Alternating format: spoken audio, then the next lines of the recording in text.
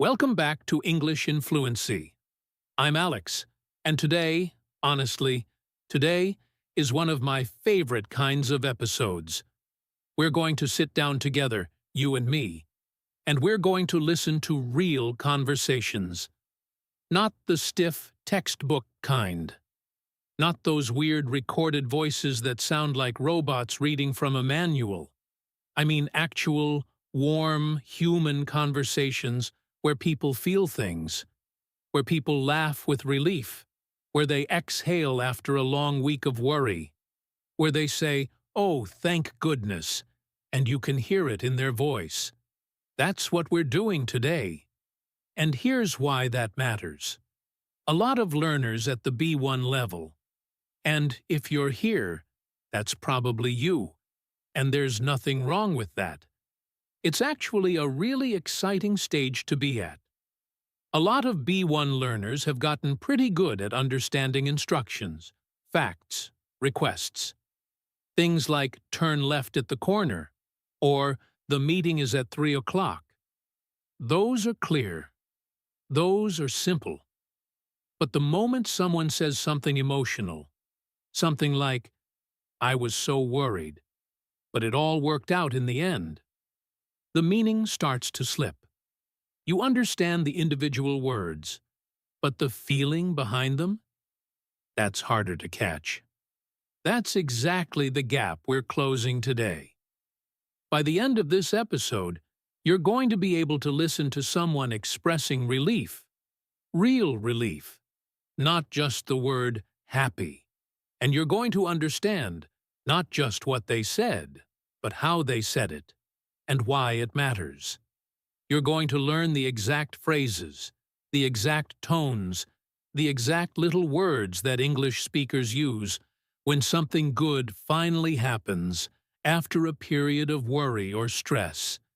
And you're going to practice it, because listening without practicing is like reading a recipe without ever cooking the meal. So if you haven't subscribed yet, please do that right now. And if you've been watching for a while and this channel has helped you, the kindest thing you can do is share it with one person.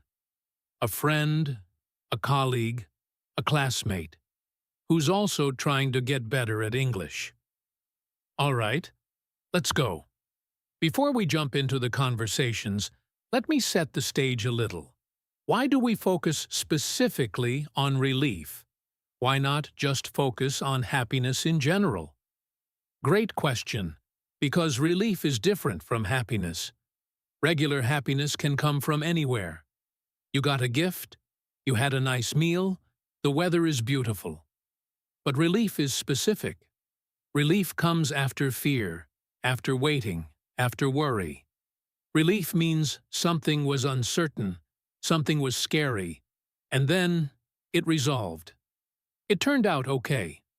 That emotional journey, the before and the after, is actually packed with language. English speakers use very particular phrases when they're relieved. They use specific words, specific intonation, specific little filler expressions that you won't find in a textbook, but that you'll hear in every single real conversation. And when you can catch those, when you can hear someone and think, "Oh, they were worried about something, and now they're not," that's a massive leap forward in your listening comprehension. So let's start with the first conversation. I want you to imagine two people. Their names are Sophie and Marcus. Sophie is in her late 20s. She works in a small design studio, and Marcus is her co-worker and close friend. They've been working together for about 2 years. A few weeks ago, the studio got a big new client, a really important one, and the team had to put together a massive presentation. It was a huge deal. Sophie was the lead on it. She spent 3 weeks barely sleeping, redesigning things over and over, stressing about every little detail. And today was the day of the presentation. Marcus is waiting for her when she comes back to the office. Listen to this conversation, And as you listen, pay attention to how Sophie expresses relief. Notice the words she chooses. Notice the way the sentences feel. Lighter, quicker, warmer than stressed speech. We'll talk about it all in detail after. Marcus walked into the kitchen just as Sophie was filling her water bottle. And even from across the room, he could see the difference. Something in her shoulders had changed. They weren't up around her ears the way they'd been for the past 3 weeks.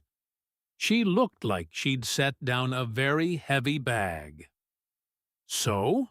he said, leaning against the counter with his arms crossed, one eyebrow raised. He was trying to look casual, but Sophie could tell he'd been waiting. Sophie let out a long breath, and then she smiled.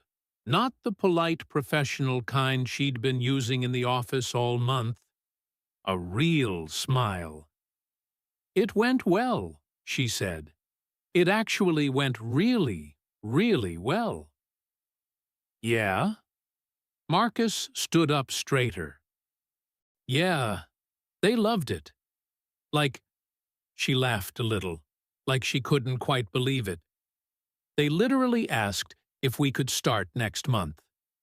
They want to move fast." She shook her head. "I was so sure something was going to go wrong. You know how I had that one slide that kept glitching? I was convinced it was going to glitch right in the middle of the room. But it didn't. Everything worked." "Sophie." Marcus was grinning now. "That's amazing." "I know. I honestly can't believe it. I've been running on like 4 hours of sleep for a week, and I kept thinking, okay, what if they hate the color palette? What if the numbers are wrong? What if I misread what they wanted? I was driving myself crazy." She pressed the water bottle against her cheek like she was cooling herself down. "But it's done. It's done, and it went well. I feel like I can breathe again." "You look like you can breathe again," Marcus said. "Is that your way of saying I looked terrible before?" "It's my way of saying you looked like someone who hadn't slept in a week, which you hadn't." He pushed himself off the counter. "We should celebrate. Dinner tonight?" Sophie laughed. "Yes, absolutely yes. Oh, and also—" She paused, and her voice softened just slightly, became a little more genuine. "Thank you for covering my other tasks this week. I know I wasn't very present. I really appreciate it." "That's what we're here for." Marcus shrugged, but he was still smiling. "Go sit down, drink your water, and stop looking at your laptop for at least 1 hour." "Deal," she said, and she meant it. "Okay, let's unpack that conversation now. I want you to really sit with it, because there is so much language in there. Let's start from the top. When Sophie says, 'It went well,' it actually went really, really well. The word 'actually' is doing a lot of heavy lifting. In everyday English, 'actually' is used when something is different from what was expected. It signals a contrast. She didn't just say, 'It went well.' She said, 'It actually went well,' meaning, I was not sure this was going to happen. I was surprised. Things were uncertain, and they turned out better than I feared." That's relief language. That's the before and after structure I mentioned earlier. Then she says, "I was so sure something was going to go wrong." Notice how she's describing her worry in the past tense. She's not in the worry anymore. She's looking back at it from safety. This is a pattern you'll hear constantly when someone is relieved. They revisit the fear from a safe distance. "I was so worried. I kept thinking it would go wrong. I was sure it would be a disaster." Past tense. And then the shift. "But it didn't."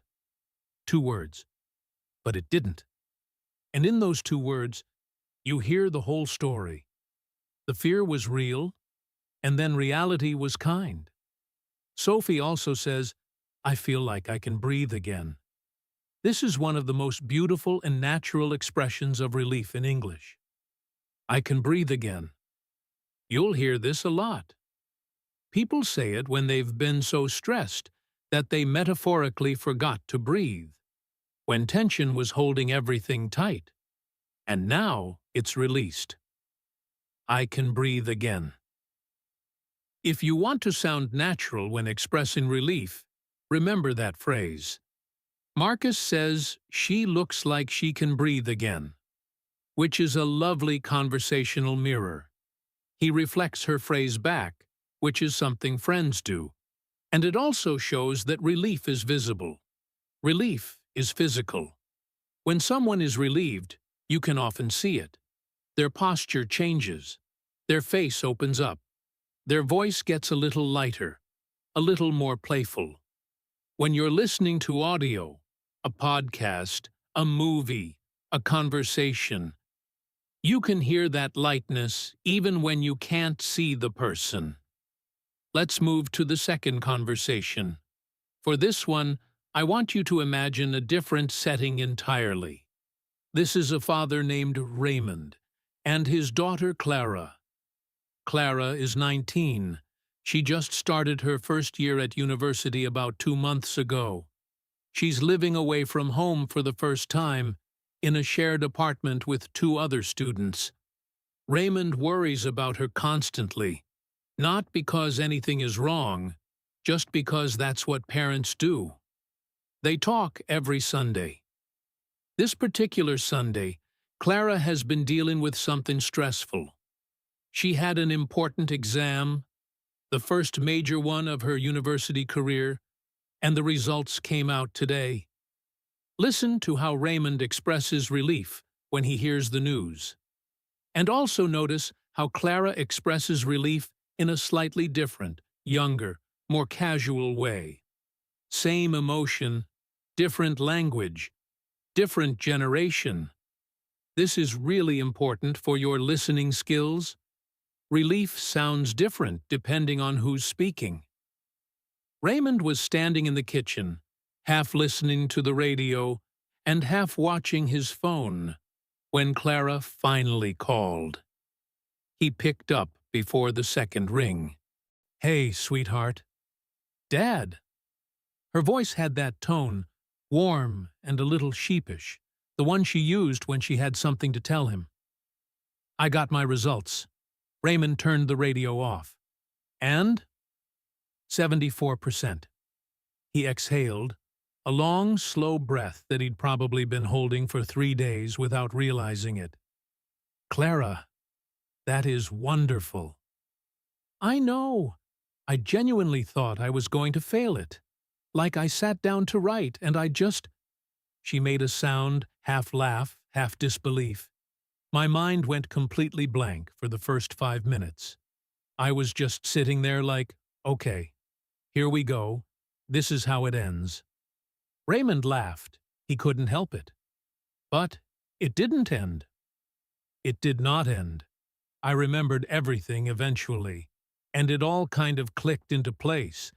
And apparently I wrote 12 pages, which I don't even remember writing 12 pages. I was just in the zone.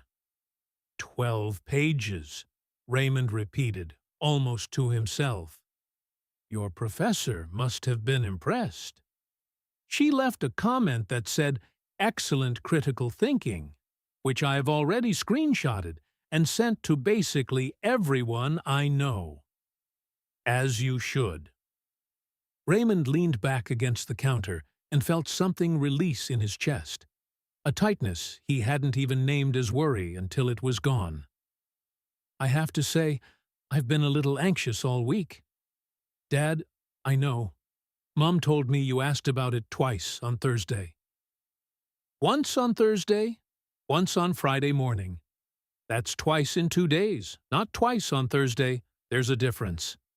Clara laughed, her real laugh, not the polite one. Well, you can relax now. I'm fine. I'm actually really proud of myself.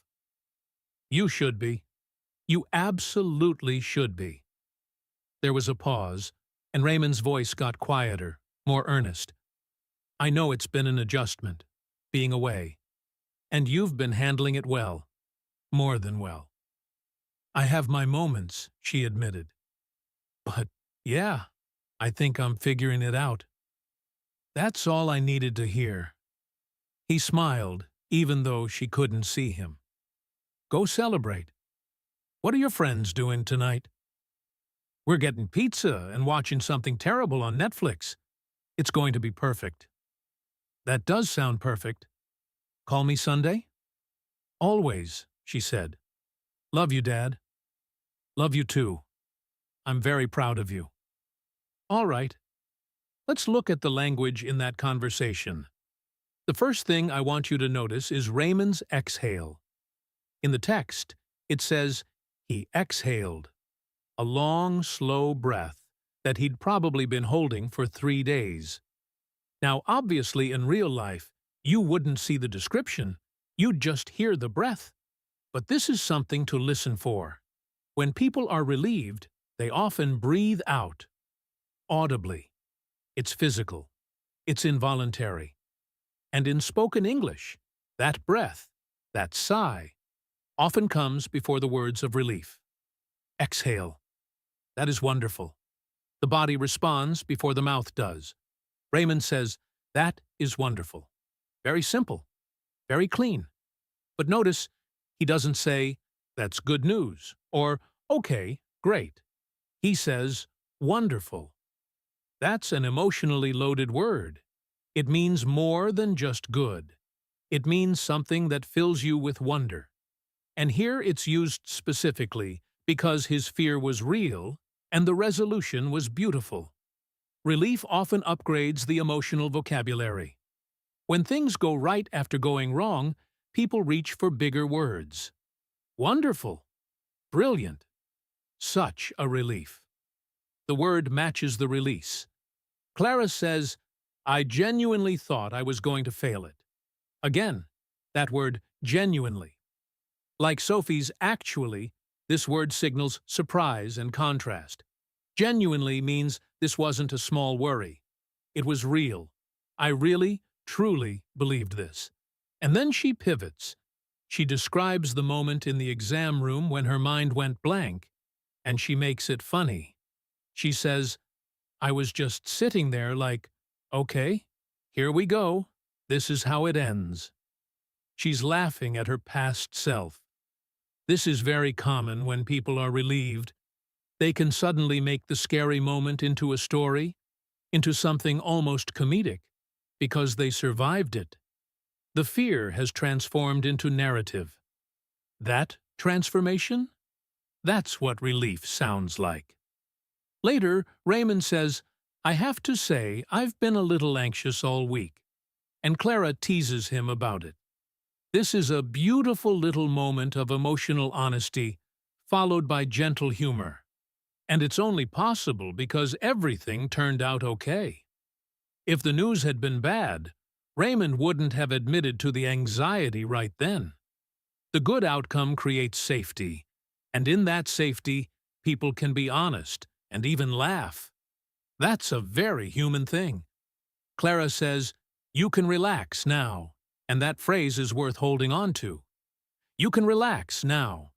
It's the other person giving permission, almost. It's reassurance. When you tell someone, you can relax now, you're saying, the thing you feared is gone. The danger has passed. Lower your shoulders. Come back to normal. It's one of the gentlest things you can say to someone.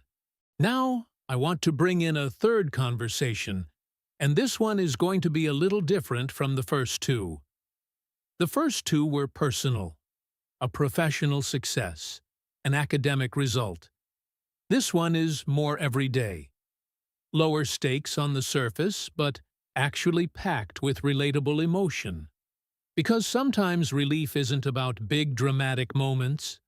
Sometimes it's about a small thing that was bothering you, and then it stops bothering you, and the relief is disproportionately huge. You know what I mean? Have you ever lost your keys and felt like the world was ending, and then found them in your coat pocket and felt like a champion? That's the kind of relief we're looking at now.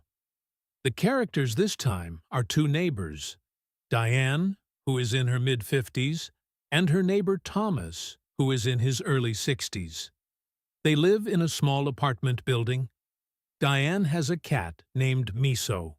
3 days ago, Miso got out through an open window and didn't come back. Diane has been putting up flyers, asking neighbors, barely sleeping. This morning, Miso came back. Diane knocked on Thomas's door at 8 in the morning, which she would not normally do, but she'd told him about Miso, and she knew he'd want to know. Thomas opened the door in his bathrobe, slightly bewildered. "Diane, is everything?" "She's back," Diane said. Her voice was wobbly, somewhere between laughing and crying. "Miso came back. This morning.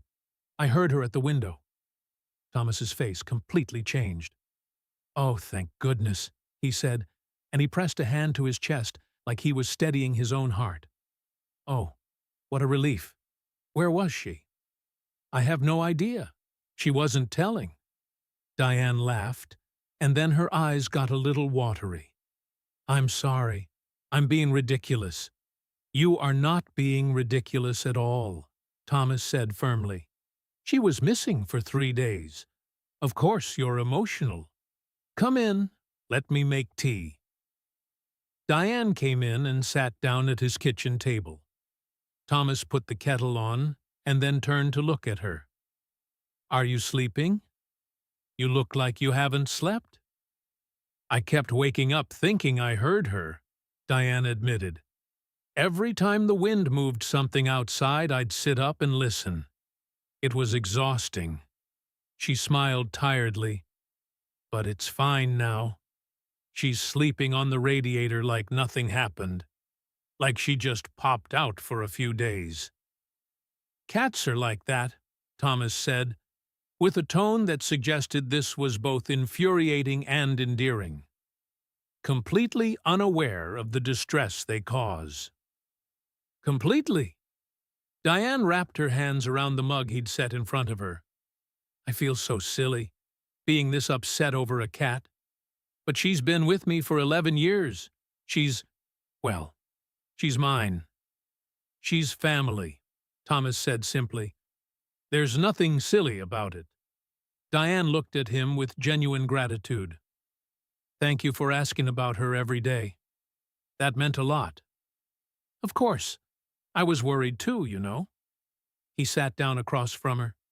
"I kept checking the street when I came in, just in case." He paused. "I'm glad she's home." "Me too," Diane said. "Me too." Let's examine this conversation now, because it's full of wonderful natural relief language. Thomas says, "Oh, thank goodness." And I want to spend a moment on this phrase because it is everywhere in English. Thank goodness. You'll also hear, thank God, thank heavens, and what a relief. These are all exclamations of relief. They're automatic. They come out before the person even has time to think. When you hear one of these phrases, you know immediately that the person was worried, and now they're not. They're little signals, little flags, and they're useful for you as a listener because they tell you exactly where the speaker's emotional state is. Thomas also presses a hand to his chest. As we discussed, relief is physical. In conversation, you might not see this, but people will describe it. Or you'll hear a pause, a breath, a change in rhythm. The body is always part of emotional expression. Diane says, "I keep thinking I heard her." Present continuous tense for repeated past actions. This is a very common grammatical structure when people are describing stress or worry. I kept waking up. I kept thinking. I kept checking. The word kept followed by a verb in the ing form tells you that this happened again and again. It was persistent. It was exhausting. And now it's done. The contrast is clear. Diane also says, "It's fine now." Two little words after the description of all that worry. It's fine now. The now at the end is doing so much work. It's marking the before and the after. Before, not fine. Now, fine. That contrast is the essence of relief. Thomas says, "I'm glad she's home." Simple. Genuine. No drama, no big vocabulary, just honest. And that simplicity is part of what makes it moving. Sometimes relief doesn't need fancy language. Sometimes it's just, "I'm glad." And you know from the context and the warmth in the voice exactly how much that means. We're now going to shift gears just a little. I want to give you a fourth conversation, but before I do, I want to teach you something important about how to listen actively for relief in English. Because there's passive listening. You hear words and you understand them. And there's active listening, where you're engaging with the emotional content, following the story, noticing the signals. Active listening is what fluent speakers do, and it's a skill. It takes practice. Here's what to listen for when someone might be expressing relief. First, listen for the past tense of worry. I was so scared. I was worried. I kept thinking. I was sure it would go wrong. This retrospective worry is always a setup for the relief that comes after it. Second, listen for the word but. I was terrified, but it was fine. I thought it would be a disaster, but actually it went really well. The but is the pivot point. It's where the story turns. Third, listen for the exhale, the pause, the sigh. These are pre-verbal signals of relief. Fourth, listen for big, warm words. Wonderful. Brilliant. Such a relief. I can't believe it. I'm so glad. These words are emotionally elevated. They show that the person's emotional state was elevated too, just in a different direction. Fifth, listen for humor about the past worry. When people can laugh about how scared they were, they're definitely in relief. You can't laugh at a fear while you're still in it. Keep all 5 of those signals in your head as we go into the fourth conversation. This one features 2 co-workers, Jamie and Priya. They work in a small nonprofit organization that manages community events. They've been planning a big outdoor fundraiser for months. It's their biggest event of the year. Yesterday was the event. It rained. Or almost rained. Let's listen. Priya was already at her desk when Jamie came in, which was unusual because Jamie was always early and Priya was always slightly, cheerfully late. But this morning Priya was there, sitting very straight, with both hands wrapped around a coffee cup and the expression of quiet disbelief on her face. Jamie stopped in the doorway. "You're here early." "I couldn't sleep," Priya said. "I kept replaying everything. But also—" She looked up, and Jamie saw it then.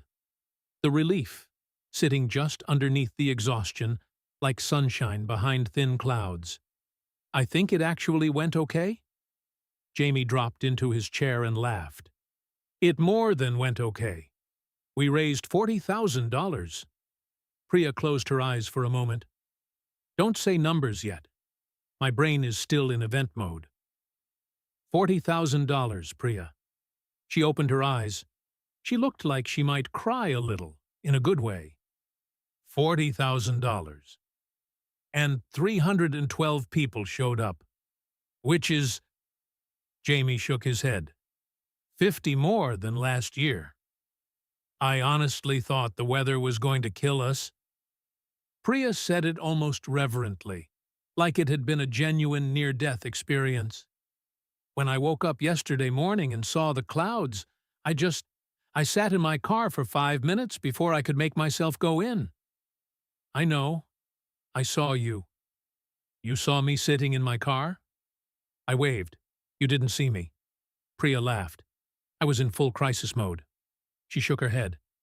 And then the clouds just moved. Just like that.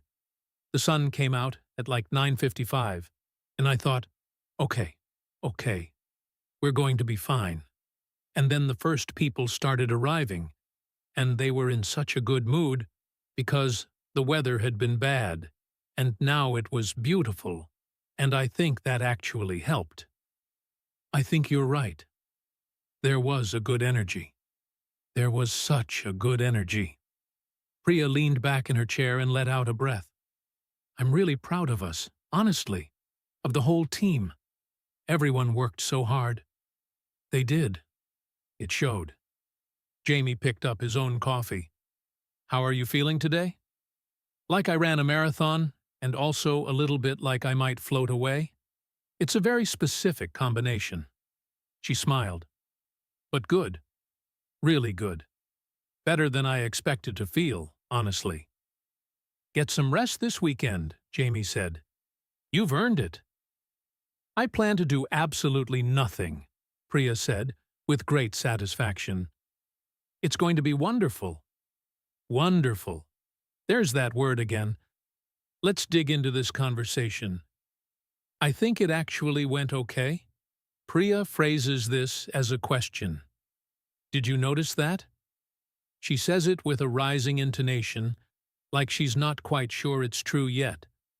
This is interesting. Sometimes relief doesn't arrive all at once. Sometimes people are so used to expecting the worst that even when things go right, they hold the relief at a slight distance, as if they're afraid to fully believe it. It actually went okay? The question mark at the end means, is this real? Am I allowed to feel this?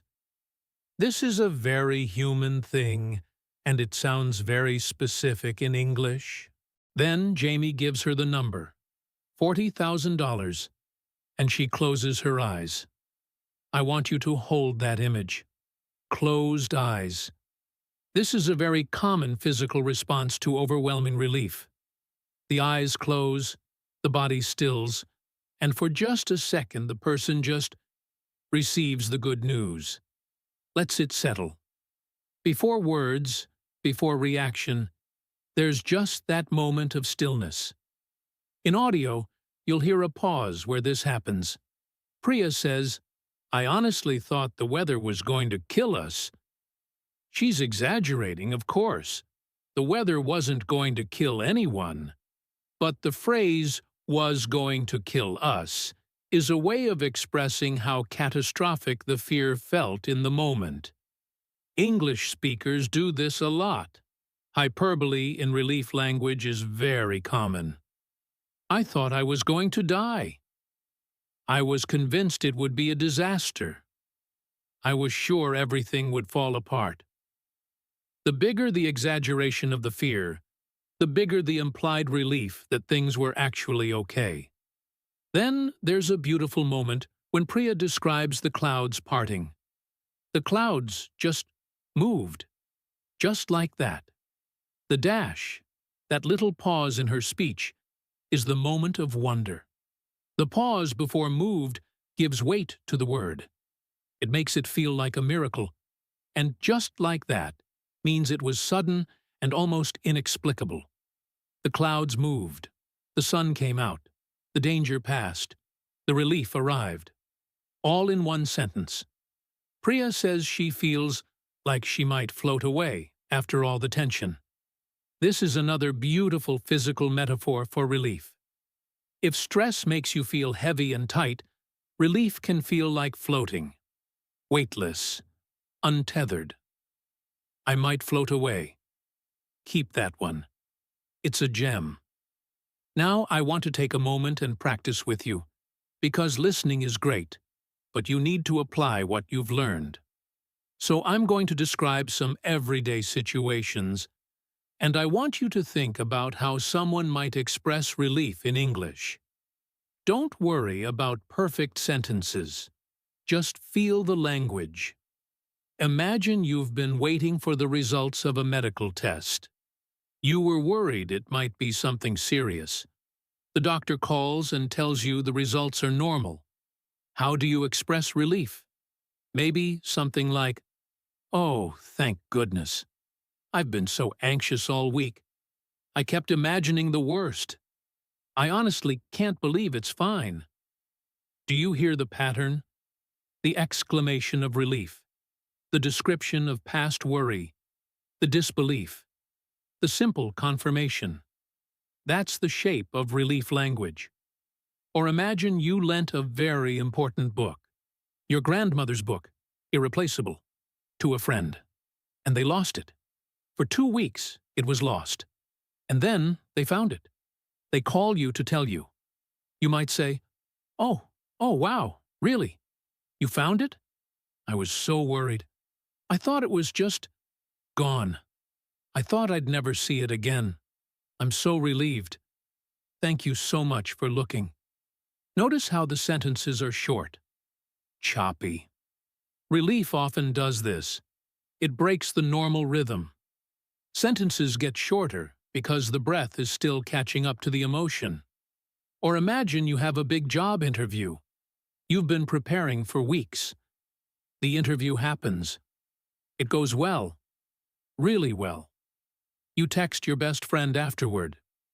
You might write something like, "I think it went well. I can't believe it. I was so nervous I thought I was going to forget everything, but I actually felt really good in there. They seem to like me. I might actually get this." Notice the double question mark, which in texting is the written equivalent of Priya's rising intonation. Not quite sure this is real yet. Let's do one more conversation. This is our fifth and final one for today, and I've saved something a little different for the end. This one is between two people who have a long history together. Old friends who haven't seen each other in a while. Their names are Nathan and Eloise. They grew up in the same neighborhood, went to the same school, and then life pulled them in different directions. Nathan moved abroad for work. Eloise stayed local, got married, had a family. They've stayed in touch, but not closely. 6 months ago, Nathan's mother became very ill. Eloise knew because they have mutual friends. Today, Nathan is in town visiting, and they've met for coffee. His mother has recovered. This conversation is quieter than the others, more contemplative. Because sometimes relief after a really serious period of fear is gentle rather than explosive. It doesn't always burst out. Sometimes it seeps in slowly, like warmth. They'd been sitting for almost an hour, catching up on the years, filling in the gaps, before Nathan finally mentioned it. "She's doing really well now," he said, and it came out softer than he'd expected. "Better than the doctors predicted, actually. They're quite pleased with how she's responding." Eloise set down her cup. "Nathan, I'm so glad." She said it quietly, but with real weight behind it.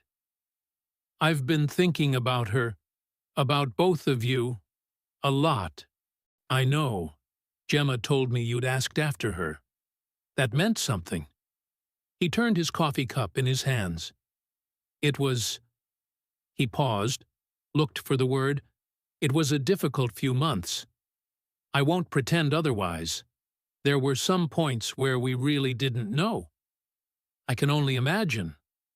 "The thing is," Nathan said, "when you're in it, you can't really see the end. You can't see forward. You're just in it, day by day." He looked up. And then one day, the doctor says something different. Something that sounds like good news instead of waiting. And it takes a while to actually hear it, to believe it. Eloise nodded slowly. When did you start to feel like she was going to be okay? Nathan thought about it. About 6 weeks ago. She started eating properly again, and she made a joke. A terrible pun, actually, which is very on brand for her. And I thought, okay, she's coming back. He smiled, and it was a smile with a lot of history in it. I cried in the car on the way home. Not sad crying, just, he waved a hand vaguely. Release, I suppose. Release, Eloise repeated. That's exactly what it is, isn't it? Yeah. He was quiet for a moment. I'm really grateful. I know that sounds simple, but it's the truest thing I can say. I'm just grateful. Simple is usually the truest, Eloise said, and you don't need to dress it up more than that. They sat for a while without speaking, which was the kind of silence that only happens between people who've known each other long enough to not need words. Outside, the street was busy, and sunlight moved across the table between them, and it was a good kind of quiet. Let's talk about this conversation, because the language of relief here is different in texture from the others. It's slower, it's more measured, and that's because the experience that preceded it was more serious. Nathan says his mother is doing better than the doctors predicted, actually. There's that word actually again, doing the same job it always does, signaling contrast, signaling surprise. The doctors predicted something. Reality was better. That gap between prediction and outcome is where relief lives. When Nathan describes being in it, you're just in it day by day, he's talking about the experience of being inside serious worry. Not the kind of worry that lasts an afternoon, but the kind that goes on for weeks and months and becomes its own kind of weather that you live in. And then he says, one day the doctor says something different, something that sounds like good news instead of waiting. That phrase, instead of waiting, is haunting in the best way. It means that waiting had become the default. Waiting was the new normal. And then suddenly, there was something else. That shift, that something different, is the beginning of relief. Nathan cries in the car. Not sad crying, just release. This is a really important distinction, and it comes up a lot when people talk about relief. Crying from relief is different from crying from sadness, and people are often surprised by it. I don't know why I cried. It was good news. Because the body has been holding tension for a long time, and when the tension is released, sometimes tears come out. It's not sadness. It's the body decompressing. It's relief moving through the physical self. And then, most beautifully, Nathan says, I'm just grateful. He apologizes for the simplicity of it. I know that sounds simple, and Eloise says, simple is usually the truest. This is wisdom about emotional expression that I want you to hold on to. In English, the most powerful expressions of relief are often the simplest. Thank goodness. I'm so glad. I'm grateful. What a relief. I can breathe again. These aren't complex sentences. They're short, honest, and completely clear. They work because they're true. Before we wrap up, I want to give you a summary, not in a boring list, but as a kind of tour through everything we've covered today, so it settles in properly. We've listened to 5 conversations today. Sophie and Marcus talking after a successful work presentation. Raymond and Clara talking after exam results. Diane and Thomas talking about a lost cat that came home. Jamie and Priya talking after a fundraiser that could have gone wrong but didn't. And Nathan and Eloise talking gently about recovery from a serious illness. Each conversation showed you a different flavor of relief. Fast, surprised relief, parental relief, everyday pet relief, professional relief after weather anxiety, and quiet, deep relief after a long period of fear. All of these are different, but they all use similar language patterns. The patterns are exclamations like, "Oh, thank goodness, what a relief. I'm so glad. I can't believe it." Retrospective worry in the past tense. I was so worried. I kept thinking it would go wrong. I was sure it was going to be a disaster. The pivot word, but. I was terrified, but it was fine. Physical descriptions of relief. I can breathe again. I feel like I might float away. I cried, but it was release. Humor about past fear. I was just sitting there like, okay, here we go. This is how it ends. And simplicity. I'm just grateful. She's home. It went well. Here's your homework. In the next few days, watch or listen to something in English. A TV show, a movie, a podcast, a YouTube video, anything. And specifically, listen for moments when a character or person expresses relief. Doesn't have to be a big dramatic scene. It can be something tiny. Someone finding their phone after they thought they'd lost it. Someone getting a text back they were waiting for. Someone arriving home safely. When you hear a relief moment, pause. Replay it if you can. Ask yourself, what words did they use? Was there an exclamation? Was there a reference to past worry? Was there a but? Was there simplicity? And then, this is the important part, try to use one phrase of relief yourself this week. In a real situation, in a conversation, in English, even just one, even if it feels a little stiff at first. Oh, what a relief. I can breathe again. I'm so glad. Say it out loud, mean it, and notice how it feels. Language becomes fluent when it stops being something you think about and starts being something you feel. That transition doesn't happen overnight. It happens sentence by sentence, moment by moment, conversation by conversation. And every time you genuinely use a phrase, even a small one, you're moving the needle. You're making that phrase more natural, more accessible, more yours.